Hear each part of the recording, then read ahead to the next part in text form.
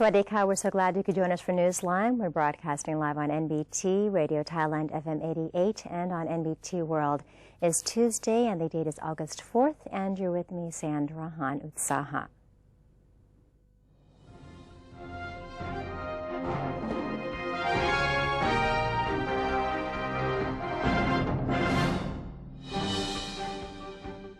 Welcome to today's segment of Thailand Moves Forward. In our first story, Prime Minister General Prayut Chan-o-cha yesterday implored all sides to refrain from creating political conflicts and undermining the reform process in the kingdom. The Prime Minister made the statement after being asked for his opinion on the Foundation of Mass Public for National Reform, which was formed earlier this year by the members of the now-dissolved People's Democratic Reform Committee, or PDRC. The Prime Minister stressed that the formation of such a foundation had nothing to do with the government, and those people involved were free to do so as long as they follow the rule of law. He underlined that the same sentiment was applicable to all other entities, individuals, and factions who were planning similar actions, while reiterating anyone violating the rules will be punished accordingly. He urged all sides not to destroy the administration's efforts to create a peaceful atmosphere and progress by inducing political rifts among the residents. The government has inaugurated a new market along Parung Krung Kasem Canal, in which visitors can shop for a wide array of Mother's Day's presents. Prime Minister Prayut Chan-o-cha presided over the opening ceremony for the market, which is set to run for 3 weeks from August 3rd to 23rd under the title Creative Industry Gifts for Mom.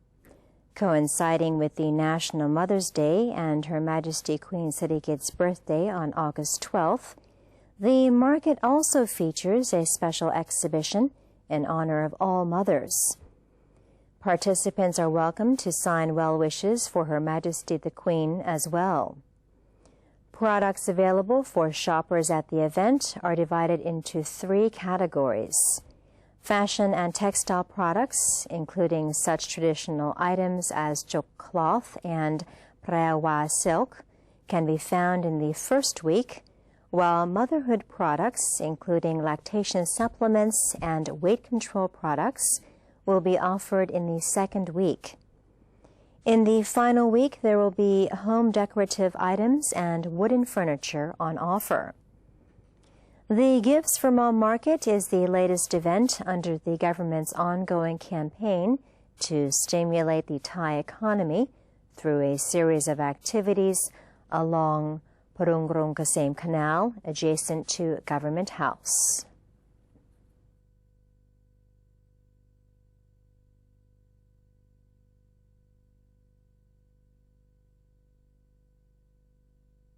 The Minister of Culture is to organize a fair to encourage all to wear Thai silk fabric to commemorate the Queen's 83rd birthday anniversary in the middle of this month. Minister of Culture Wirarod Pochnarat stated that the fair will be held from August 19th to 23rd at the event hall of Siam Paragon Department Store in Bangkok. He explained the event aims at promoting Thai silk products among both local and foreign consumers, honoring Her Majesty the Queen's efforts to preserve the delicate arts. According to the minister, a wide variety of Thai silk will be available for event goers to purchase, adding that an exhibition on the history and the culture of locally made silk fabric will also be held at the venue. Thai silk is produced from the cocoons of Thai silkworms. Thai weavers, mainly from the Korat Plateau in the northeast region of Thailand, raise the caterpillars on a steady diet of mulberry leaves. Korat is the center of the silk industry in Thailand and a steady supplier of rose Thai silk for many generations. Thai silk is famous for its special qualities produced through unparalleled manufacturing processes. The silk also bears unique patterns and colors. Her Majesty Queen Sirikit has played a significant role in preserving Thai silk designs and in helping to once again call international recognition to the quality of Thai silk. The Thai government is preparing to send an initial donation of 5 million baht to Myanmar to aid those affected by the disastrous flood, while Thai nationals residing in flood-affected areas in Myanmar will be assisted. Deputy Government Spokesman Major General Widachon Sukontapatipak said that the government is now working with the Burmese embassy in Thailand to provide help and relief measures for the flood affected in Myanmar. He said that Thailand would be sending the 5 million baht donation to Myanmar today, while the ambassador of Myanmar to Thailand is scheduled to meet with the delegation of Thai government representatives to provide details on the current situation in order for Thailand to offer appropriate assistance. The deputy spokesman said that Thailand's aid to Myanmar will depend on the severity of damage and the needs of those affected. Future damage reports from Myanmar will determine whether Thailand will dispatch help units to Myanmar or not. Major General Widachon said the government had assigned the Ministry of Interior to survey the damage and to provide urgent aid in the area. Further assistance will be discussed at the cabinet meeting. The President of the National Legislative Assembly, or NLA, has affirmed that the country will stay on course with its reform roadmap as stipulated by the interim constitution currently in place. NLA President Phonphet Vichit Cholachai said the legislature is now gearing up for its one-year policy report, which is expected to commence within the month of August. He said the NLA must first discuss among its members in order to agree on a definite date.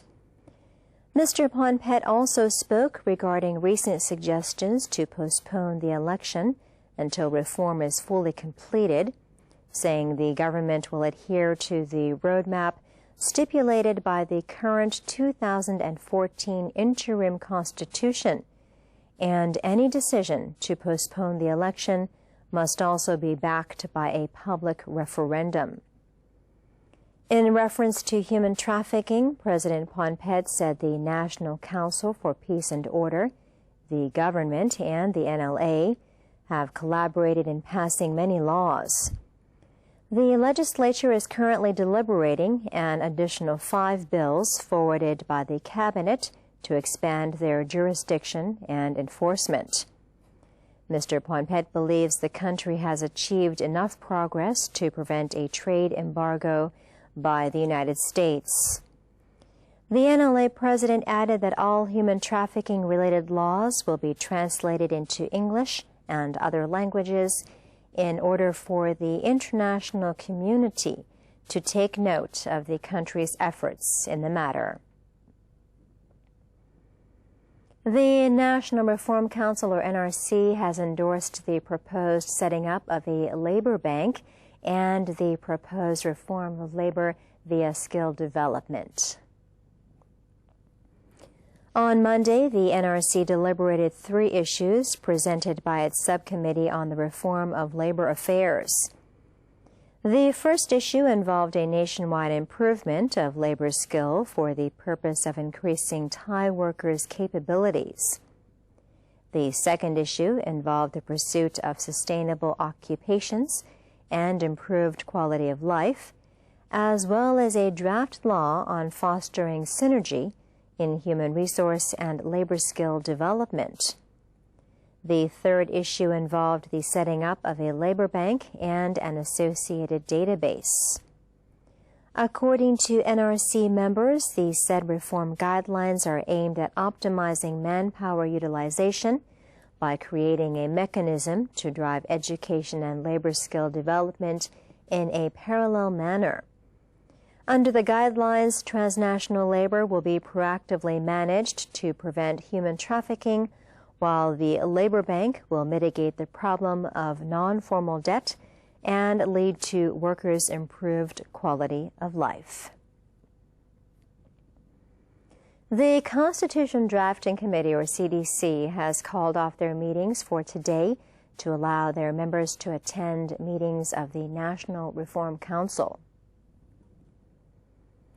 CDC spokesperson General Ratanawanit said CDC members who are also members of the National Reform Council, or NRC, will be attending important NRC meetings until August 5th and will later reconvene to discuss the major principles behind Sections 86 to 285 of the new Constitution.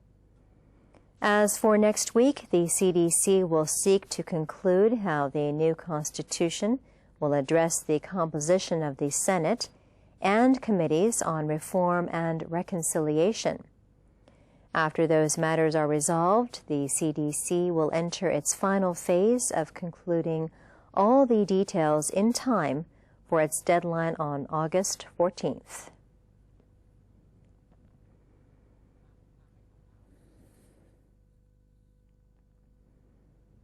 The Commerce Ministry is to adjust the estimate of Thailand's annual inflation rate, currently standing at 0.6% to 1.3%, as Thailand's Consumer Price Index, or CPI, fell for a seventh consecutive month in July. Director General of the Trade Policy and Strategy Office, Somkiat Trirataphan, announced.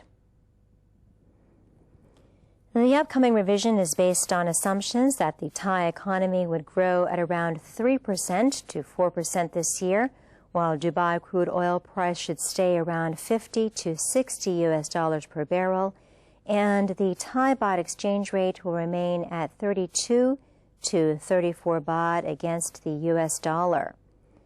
Last month, CPI stood at 106.57, falling 1.05% for the seventh consecutive month. It caused a 0.85% decline in the inflation rate compared with the same period of 2014. The contraction was the consequence of the steadily falling fuel price, the worldwide sluggish economy, and the weakness of the Thai baht. These factors triggered a downturn in consumer spending. Food and non-alcoholic beverage prices rose by 0.41% due to higher prices of fresh vegetables such as cabbage, coriander, and fresh chili. The opposite situation occurred with non-food prices as the index shrank by 0.34%. The Commerce Ministry anticipated that inflation would remain at 0.5% to 0.6% in the minus zone, but the figure tended to rebound into the positive zone in the fourth quarter of this year. The ministry, however, confirmed no signs of deflation despite the ongoing inflation, as 165 out of 450 consumer products are sold at higher prices. Only 84 products have had their prices decline, whereas prices of the 201 remaining products stand the same. The falling cost of products in general was driven by lower production costs. And that is the end of today's edition of Thailand Moves Forward. It's time for a quick break, but first we'll have a look at the exchange rates and the commodity prices.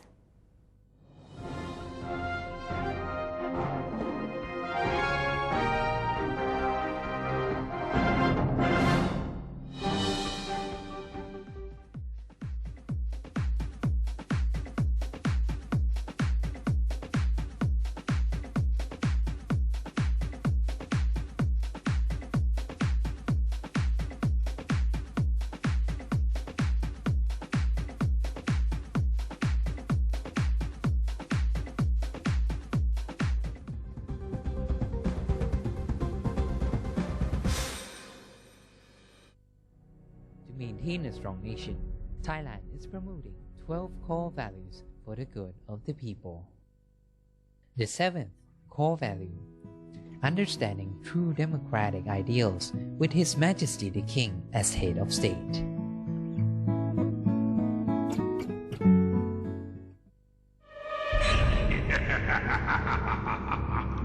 Even if we don't see them, they are amongst us. And they're hungry.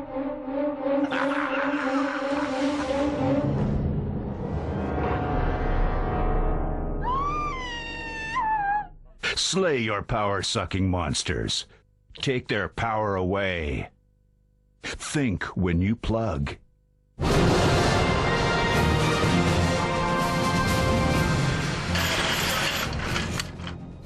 สวัสดีครับ This is Thailand at large. The show which is about to take you to the new experiences with the exciting stories. With charming fascination.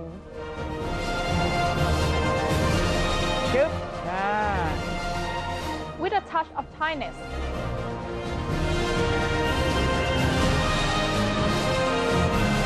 Join us on NBT World.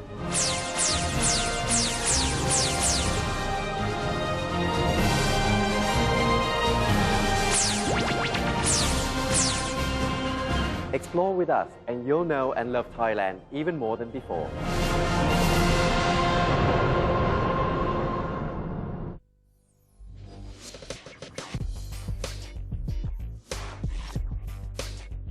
Multiple perspectives, insightful commentary on Thailand with The Insider every Sunday morning at 10:30 on NBT and NBT World.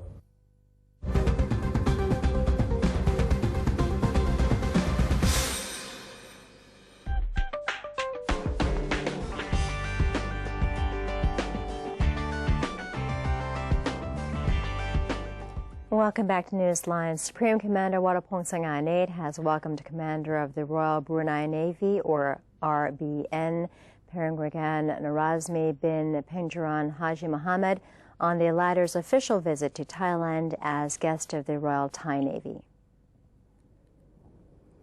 General Wattapong welcomed First Admiral Narazmi, who is being hosted by the Royal Thai Navy from August 2nd to 4th, at the Royal Thai Armed Forces headquarters in Bangkok.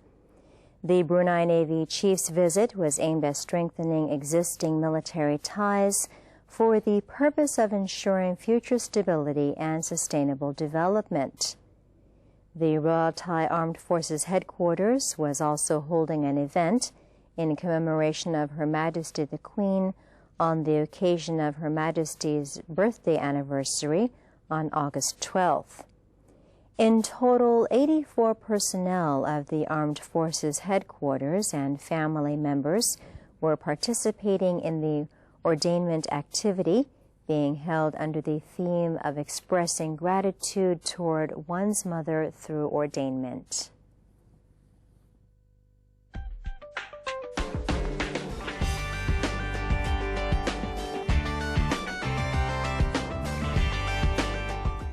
A wildfire raging through the foothills and canyons of Northern California's coastal mountains more than doubled in size as it roared into its fifth day on Sunday, leaving 24 homes in charred ruins and displacing thousands of residents.